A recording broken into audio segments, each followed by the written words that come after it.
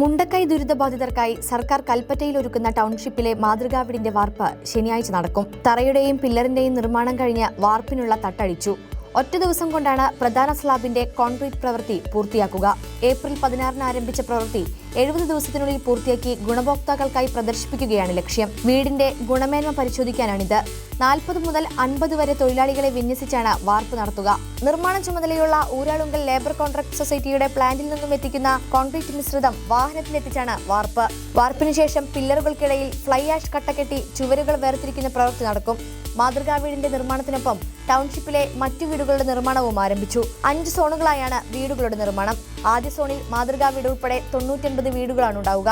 ഒരു വീടിന് 7 സെന്റ് വീതമെന്ന നിലയിലാണ് ഭൂമി ക്രമീകരിച്ചത്. 450-ലധികം വീടുകൾ ഒരുക്കാനുള്ള സ്ഥല സൗകര്യം സർക്കാർ ഏറ്റെടുത്ത ഭൂമിയിലുണ്ട്. ആദ്യ സോണിലെ മുഴുവൻ വീടുകൾക്കും നിലമൊരുക്കി. 10 വീടിന്റെ അടിത്തറയൊരുക്കി. 4 എണ്ണത്തിന്റെ പില്ലറിനായുള്ള കമ്പി കിട്ടുന്നതും പൂർത്തിയായി.